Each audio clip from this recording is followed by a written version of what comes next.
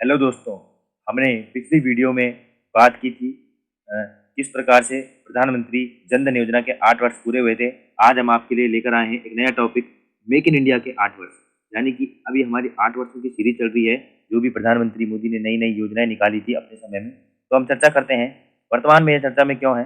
भारत सरकार का प्रमुख कार्यक्रम मेक इन इंडिया, जो निवेश को सुगम बनाता है, नवोन्मेषण को बढ़ावा देता है, यानी कि इनोवेशन को बढ़ावा देता है, कौशल विकास में वृद्धि करता है, ने 25 सितंबर 2022 को पथ प्रदर्शक सुधारों के साथ अपनी गौरवशाली 8 वर्ष पूरे कर लिए।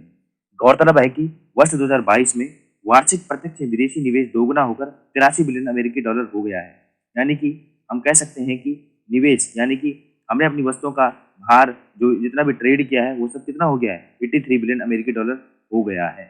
और इस मेक इन इंडिया की शुरुआत कब हुई थी? 25 सितंबर 2015 को ये स्टार्ट हुई थी प्रधानमंत्री नरेंद्र मोदी के द्वारा। आप ये इंपोर्टेंट पॉइंट नोट कर सकते हैं। इस कार्यक्रम के तहत क्या बातें बोली गई थी? वर्ष 2014 में लॉन्च किए गए मेक इन इंडिया का प्रमुख उद्देश्य देश को एक अग्रणी वैश्विक निर्माण और निवेश गंतव्य में बदलना है। यह पहल दुनिया भर के संभावित निवेशकों और भागीदारों को न्यू इंडिया की विकास गाथा में भाग लेने के खुला आमंत्रण है। इसमें जो ये मेन इंपॉर्टेंट टॉपिक बताए गए हैं, उसके बाद है मेक इन इंडिया ने 27 क्षेत्रों में पर्याप्त उपलब्धियां हासिल की है और इनमें विनिर्माण एवं सेवाओं जैसे रणनीतिक क्षेत्र भी शामिल है। यानी कि 27 क्षेत्र है, जैसे सेवा क्षेत्र हो गया, मैन्युफैक्चरिंग क्षेत्र हो गया, डेयरी उद्योग हो गया, या फिर मैन्युफैक्चरिंग उद्योग हो गया, खनन उद्योग हो गया, यानी कि जितने भी हमारे देश के कपड़ा उद्योग हो गया, कम से कम 27 क्षेत्र ऐसे हैं जहाँ मेक इन इंडिया ने अपनी उपलब्धियां हासिल की है। इसका उद्देश्य है नए औद्योगिकीकरण के लिए विदेशी निवेश को आकर्षित करना और चीन से आगे निकलकर भारत में पहले से मौजूद औद्योगिक ढांचे का विकास करना। यानी कि क्या है, चीन की वस्तुओं का इस्तेमाल कम से कम हो और अपनी वस्तुओं को बढ़ावा मिल सके। विदेशी निवेशकों को बढ़ाना, यानी कि बाहर के लोग हमारे यहाँ इन्वेस्ट करें ताकि हमारी जो अर्थव्यवस्था मजबूत हो। मध्यावधि में विनिर्माण क्षेत्र की वृद्धि को 12 से 14% वार्षिक करने का लक्ष्य है। विनिर्माण यानी मैन्युफैक्चरिंग, यानी कि मशीनों का, कलपुर्जों का निर्माण जो है हमारे यहाँ हो और उसका जो विकास हो 12 से 14% तक हो जाए।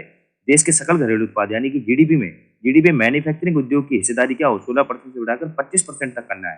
यानी कि अभी हमारी 16% चल रही है 2022 में, उसको 25% तक करना है। यानी कि मैन्युफैक्चरिंग, यानी कि जो भी हमारे यहाँ कलपुर्जे बनते हैं, जहाज के, गाड़ियों के, विभिन्न प्रकार की जो वस्तुएं बनती है, लोहे से संबंधित हो, इस्पात से संबंधित हो, उन सब की मैन्युफैक्चरिंग हमारे यहाँ ही हो और जीडीपी में जो है उसका योगदान बन सके। वर्ष 2022 तक 100 मिलियन अतिरिक्त रोजगार सृजित करना, 2022 तक जो है 100 मिलियन जो है रोजगार देना। अब इसके 8 वर्षों के परिणाम क्या क्या हुए, यानी कि जब से ये लॉन्च हुई है तब से क्या परिणाम हुए? एफडीआई अंतर हुआ। एफडीआई का अंतर मतलब होता है फॉरेन डायरेक्ट इन्वेस्टमेंट, यानी कि बाहर के लोगों द्वारा हमारे यहाँ किया गया डायरेक्ट इन्वेस्टमेंट। 14-15 में भारत में एफडीआई क्या था, 45 बिलियन अमेरिकी डॉलर था और 8 वर्षों में रिकॉर्ड प्रवाह पर पहुंच चुका है। कितना हो गया 21-22 में? 83 अरब अमेरिकी डॉलर का अब तक का सबसे अधिक एफडीआई दर्ज किया गया। यानी कि बाहर के फॉरेन इन्वेस्टर द्वारा हमारे यहाँ डायरेक्ट इन्वेस्टमेंट जो किया गया है। हाल ही के वर्षों में आर्थिक सुधारों और ईज ऑफ डूइंग बिजनेस की वजह से भारत चालू वित्त वर्ष 2022-23 में 100 बिलियन अमेरिकी डॉलर की एफडीआई लक्ष्य को आकर्षित करने की राह है। अभी तो हमारा कितना हो गया, 83 अरब हो गया, लेकिन हमें 100 बिलियन करना है। ठीक है। दूसरा क्या है, खिलौना आयातक में निर्यात के अग्रसर भारत। खिलौना उद्योग में हमारे बढ़ोतरी मिली है। 21-22 के दौरान 70% से अधिक जो है आयात में गिरावट आई। यानी कि पहले हम बाहर से बहुत ज़्यादा मंगाते थे, चाइना हो गया या फिर जापान हो गया, विभिन्न प्रकार के आसपास के देशों से मंगाते थे, लेकिन अब जो है हम खुद उस चीज़ को बना रहे हैं और खुद मेक इन इंडिया के तहत बाहर के लोगों को बेच रहे हैं। वित्त वर्ष 2021-22 के दौरान 326 मिलियन डॉलर जो है, यानी कि 2601.5 करोड़ के बराबर खिलौनों का निर्यात किया गया। निर्यात मतलब भेजा गया बाहर, जो वित्त वर्ष 2018-19 के 202 मिलियन डॉलर की तुलना में 61% से अधिक की वृद्धि प्रदर्शित करता है। यानी कि हमारे लिए बहुत खुशी की बात है कि हम जो है पिछले 8 वर्षों में हमने जो है 61% का जो है खिलौनों का व्यापार किया है बाहर वालों के साथ, बाहर देश के साथ। भारत के खिलौनों के निर्यात ने अप्रैल 2022 में वर्ष 2013 की समावधि के मुकाबले 636% की असीम वृद्धि दर्ज की है। बहुत ही अच्छी बात है। उसके बाद हमने किया है प्रोडक्ट लिंक इनिशिएटिव, यानी पीएलआई हमने किया है। पीएलआई का मतलब है 14 प्रमुख विनिर्माण क्षेत्रों में प्रोडक्शन लिंक इनिशिएटिव योजना वर्ष 2020-21 में मेक इन इंडिया पहल को एक बड़े बढ़ावा देने के रूप में शुरू की गई थी।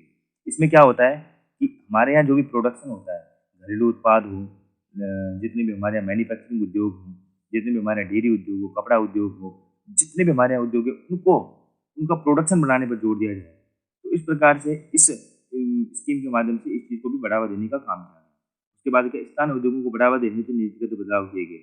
स्थानीय उद्योगों को और वस्तुओं को, कार्य तथा सेवाओं को सार्वजनिक खरीद में वरीयता प्रदान करने के माध्यम से स्थानीय उद्योग को बढ़ावा देने के लिए एक सक्षमकारी प्रावधान के रूप में सामान्य वित्तीय नियम 2017 के नियम 51, 153 3 के अनुरूप सार्वजनिक खरीद मेक इन इंडिया की वरीयता आदेश 2017 भी जारी किया गया है। यानी कि क्या किया गया है, जो हमारे स्थानीय उद्योग है उनको बढ़ावा देने के लिए भी इस योजना में काम किया गया है।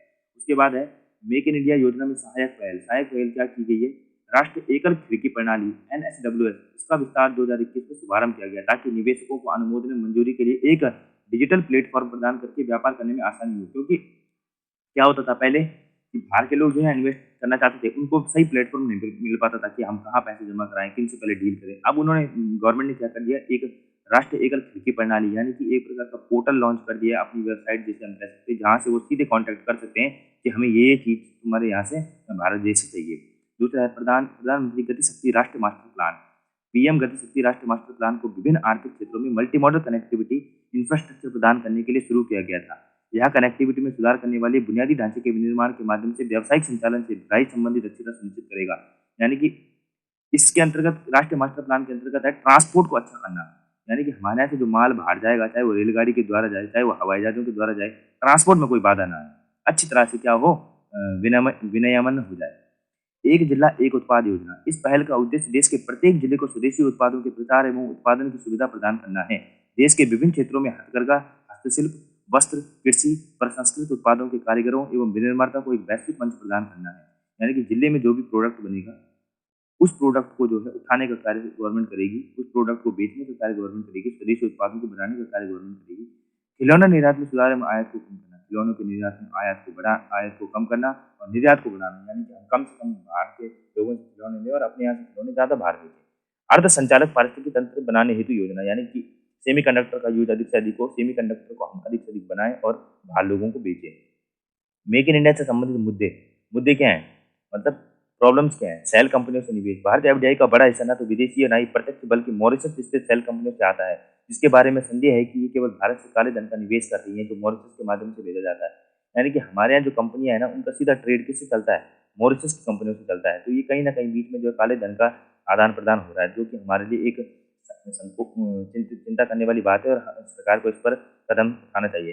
कम उत्पादकता, एक तो हमारे यहाँ क्या होती है, बहुत कम प्रोडक्टिविटी है, बहुत कम मैन्युफैक्चरिंग होती है, तो हमें अधिक से अधिक मैन्युफैक्चरिंग पर ध्यान देना होगा। लघु औद्योगिक इकाइयाँ, पैमाने की वांछित अर्थव्यवस्था को प्राप्त करने, आधुनिक उपकरणों में निवेश करने तथा आपूर्ति श्रृंखला विकसित करने के लिए औद्योगिक इकाइयों का आकार छोटा है। हमें लघु औद्योगिक इकाइयाँ नहीं बनानी है, हमें दीर्घ औद्योगिक इकाइयाँ बनानी पड़ेगी। बुनियादी ढांचा नहीं है हमारे यहाँ, जैसे बिजली चल जाती है, बिजली की लागत अधिक है, तो हमें इंफ्रास्ट्रक्चर डेवलपमेंट करना होगा। परिवहन में चीन में औसत गति लगभग 100 किलोमीटर प्रति घंटा है, जबकि भारत में लगभग 60 किलोमीटर प्रति घंटा है। विश्व बैंक के वर्ष 2018 के लॉजिस्टिक परफॉर्मेंस इंडेक्स NPI, जबकि मैंने आपको पहले भी बताया कि लॉजिस्टिक नीति इसीलिए लाई गई है ताकि जो है मेक इन इंडिया पर भी इसका प्रभाव पड़े। हमारे यहाँ जो भी मैन्युफैक्चरिंग होती है उसको हम एक स्थान से दूसरे स्थान पर आसानी से पहुँचाएं। हमारा 160 देशों में 44वां स्थान था, जबकि चीन, सिंगापुर हमसे आगे हैं। तो हमें इसको जो है अच्छा करना होगा ट्रांसपोर्ट को। लाल फीताशाही, नौकरशाही प्रक्रिया में भ्रष्टाचार भारत के निवेशकों को कम आकर्षित करती है। यानी कि हमारे यहाँ भ्रष्टाचार बहुत अधिक हो जाता है। जो भी हमारे यहाँ चीज़ें बनती है, जो भी हमारे यहाँ मैन्युफैक्चरिंग होती है, उसमें खुद ही घूसखोरी पहले हो जाती है। तो कहीं ना कहीं भारत के लोगों का हमारे प्रति जो रुझान है वो कम होता जाता है। इसको भी भारत सरकार को कम करना होगा। आगे की राह क्या हो सकती है, मेक इन इंडिया पहले सुनिश्चित करने का प्रयास कर रही है कि देश में व्यापक पारिस्थितिकी तंत्र भारत में व्यापार करने वाले निवेशकों के लिए अनुकूल रहे और राष्ट्र के वृद्धि एवं विकास में योगदान दे। मेक इन इंडिया एक ऐसी पहल है जो चाहती है कि मतलब हमारे यहाँ जो चीजें बने उसका मैन्युफैक्चरिंग हो और वही बाहर बिके। ठीक है, भारत सरकार इसके लिए लगातार प्रयास कर रही है ताकि राष्ट्र का विकास हो, राष्ट्र की अर्थव्यवस्था का विकास हो। इस पहल के अंतर्गत भारत में व्यवसायों का लक्ष्य है कि जो उत्पाद मेक इन इंडिया है वे मेड फॉर वर्ल्ड भी हों, जो गुणवत्ता के वैश्विक मानकों का पालन करते हैं। यानी कि हमारे यहाँ तो बन रहे हैं लेकिन साथ में उनका यूज बाहर भी हो, मेड फॉर वर्ल्ड के लिए काम कर सके, ना कि हमारे परिप्रेक्ष्य के लिए बने। इससे एक संभावित प्रश्न बन सकता है, मेक इन इंडिया कार्यक्रम की सफलता स्किल इंडिया कार्यक्रम और क्रांतिकारी श्रम सुधारों पर निर्भर करती है।